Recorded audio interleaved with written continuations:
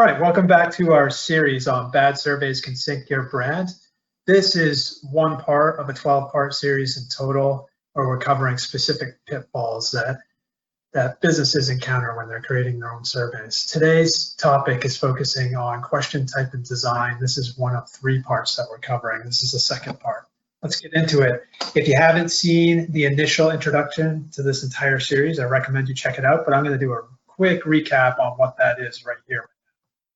Our goal of this entire series is really about enlightenment when it comes to customer survey development. But really, it's a big part of that is understanding there's a lot of different pitfalls. We've uncovered at least 100 or more that typical organizations may run into and they're not aware of. But in the end, what's most important, we're going to show you a better way forward in terms of design and surveys and just the awareness of those pitfalls and some of the solutions.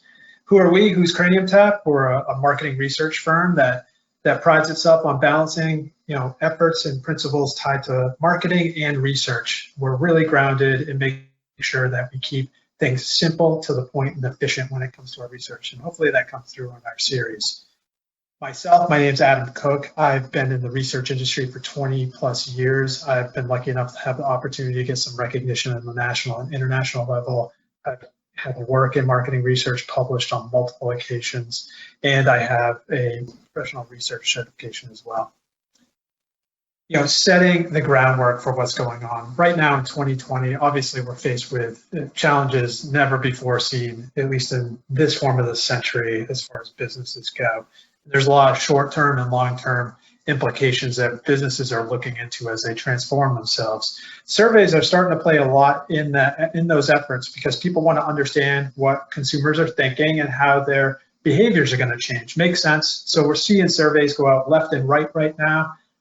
The problem is businesses are sort of pulling the trigger a little too quickly on some of those things, and they're not aware of some of the pitfalls that can occur and how that can really hurt their brand in the long term.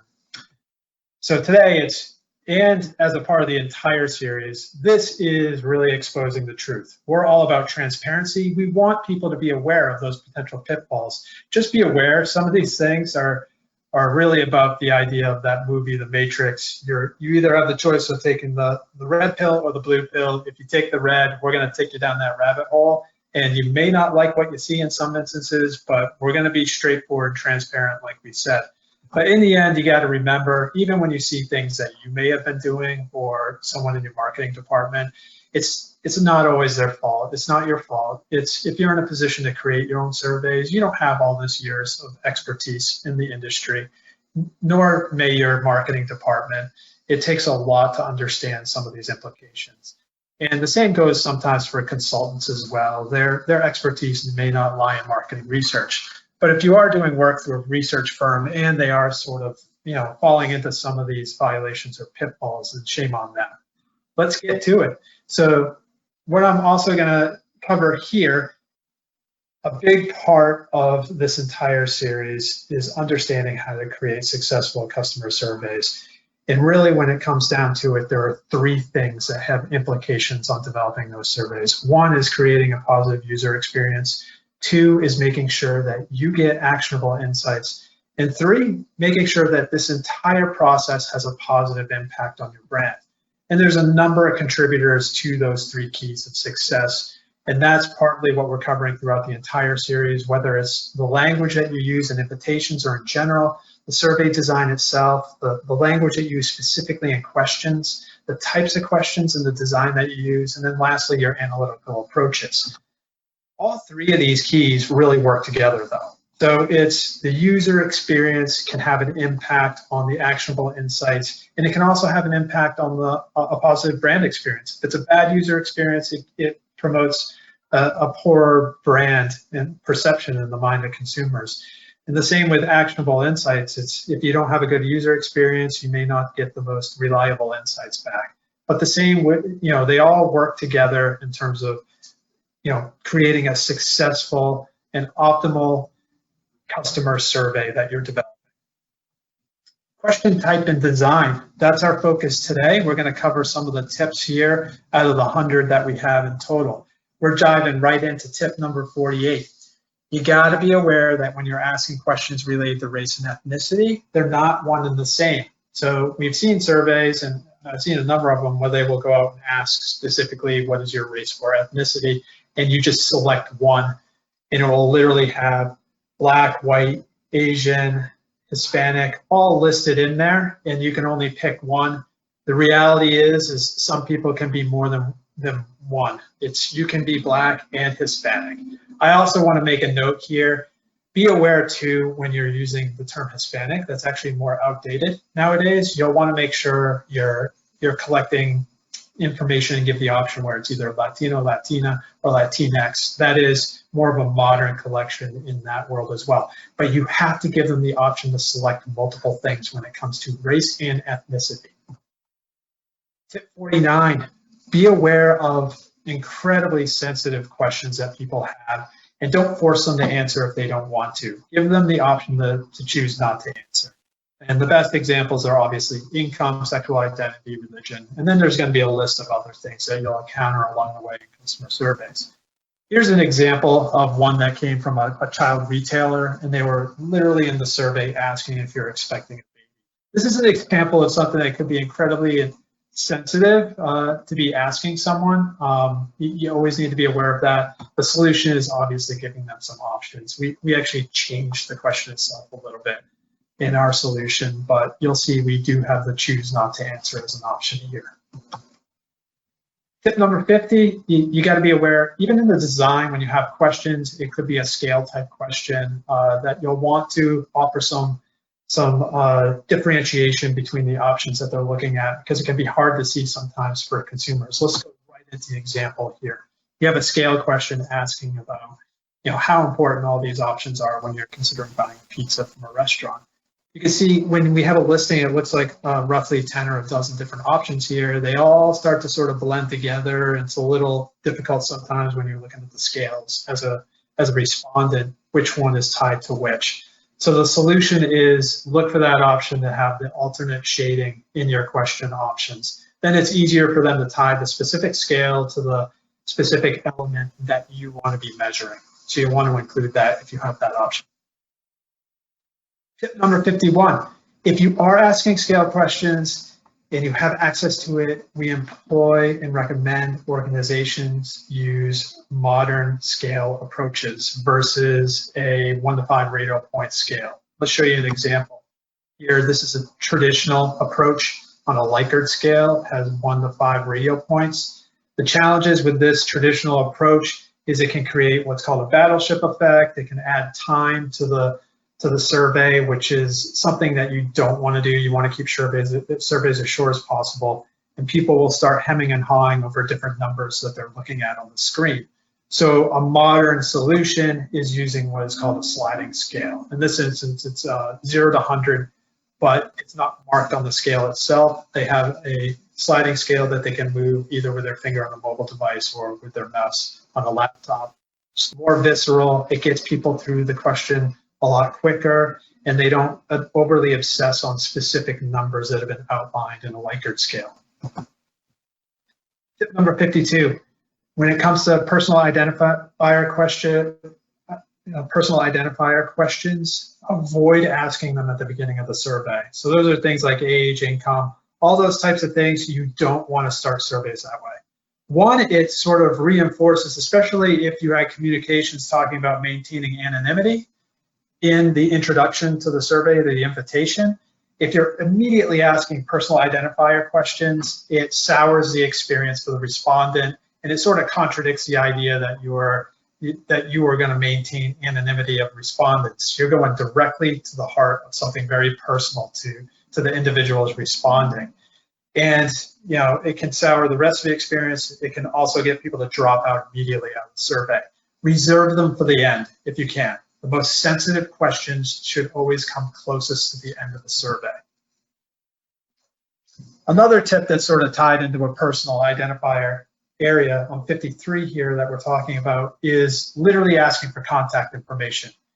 If that is part of your plan on a customer survey, that needs to be literally the last question that you ask. Nothing gets more personal than me giving over my cell phone for texting or my email address and the opportunity for that organization to contact me. Reserve it for the end. Let's show you an example. This was in a real survey where it's please provide your email if you'd like to be notified by this organization based on these virtual communities in this question. This was almost halfway through a survey. One, it creates a couple of challenges. As soon as you're presented with a question that's asking for contact information, it is almost assumed from respondents this is likely going to be one of the last questions, if not the last question. In this instance on the survey, it was followed with about 10 additional questions until it got to the end of the survey. You can see how this could be problematic for a respondent. It's just one, you thought you were coming to the end, and then it almost gives a catfish feel in terms of like, when is this survey going to end? But it's also, man, you have already asked for my email address, and then you're asking additional questions. It feels like my anonymity is disappearing when I finish the survey. So our solution is basically what we said at the beginning. Make sure whenever you're asking for contact information, it's the last question. Tip number 54, when it comes to some of those demographics or specific behaviors that you want to be able to analyze things through in the end, on the back end of a survey, make sure you're aware of the impact of some of those questions, how it's going to have the impact on your analysis. So when I say that, the best example is a lot of organizations will ask things in accordance with income. What's your average annual household income? And what you need to be aware of when you're doing the analysis is, someone who's earning $75,000 in one household and another one has the same amount, it may not be one and the same.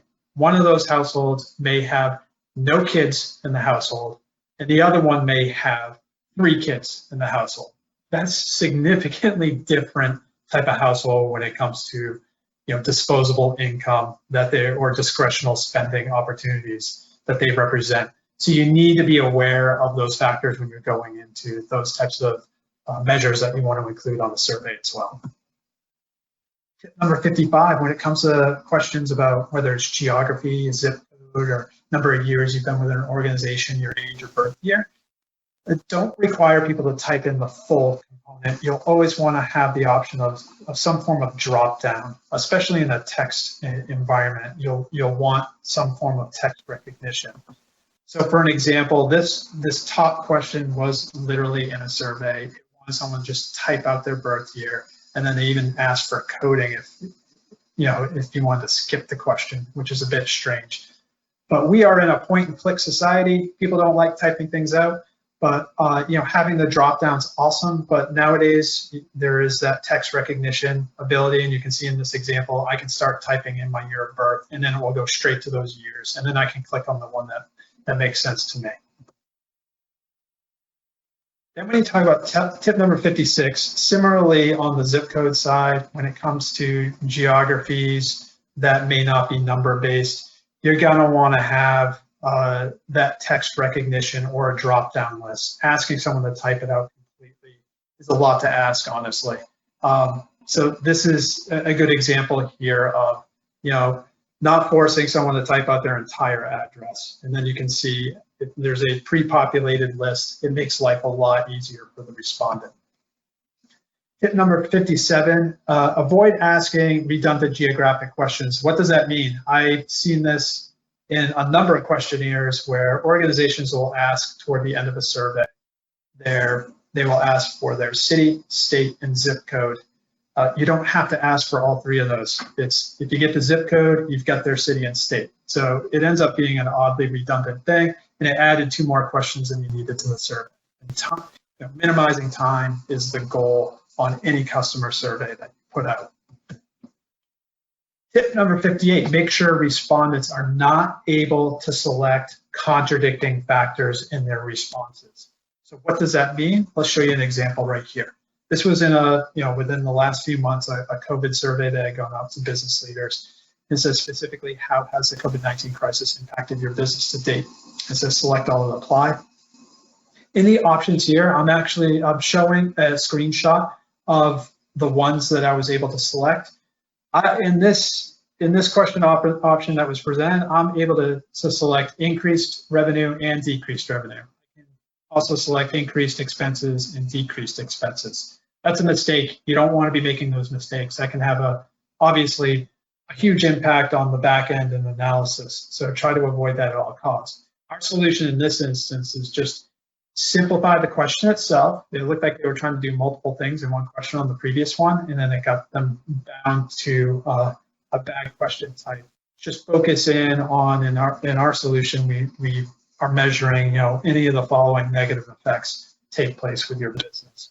And then it just has those options on the negative side. Then it can be followed with a question of, have you had any positive impacts or effects to your business since this crisis has taken place? And that helps avoid those instances of being able to select contradicting factors on a survey. That concludes this portion of question design and type that we're looking at here. And we're going to continue to drop additional parts to this series, total of 12 parts that are tied to the invitation and general language if they're not already available. Check it out. And we're going to also add to the series and break out different areas of marketing research, things tied to measuring customer sentiment, persona development, geographic analyses, focus groups. We're also going to look at analytical techniques in the gap analysis world, or doing quadrant analyses. We'll also get into things about generational targeting and a lot more as we continue to dive into these video recordings and lessons that we have for research. Be aware that everything that we pull together is partly tied to some of the things that we've created in a peer-reviewed published world. That it's based on analytics, it's peer-reviewed. We try to tie it into some of the things that we have created as an organization, and we want to make sure that they have a basis and a sound basis when it comes to the analytical. If you got any questions or need any help, don't hesitate to contact us directly. You can go to our website and to learn more information, or you can email us directly at insights@craniumtap.com. And if you already have a representative to either one of our parent organizations, don't hesitate to reach out to them as well.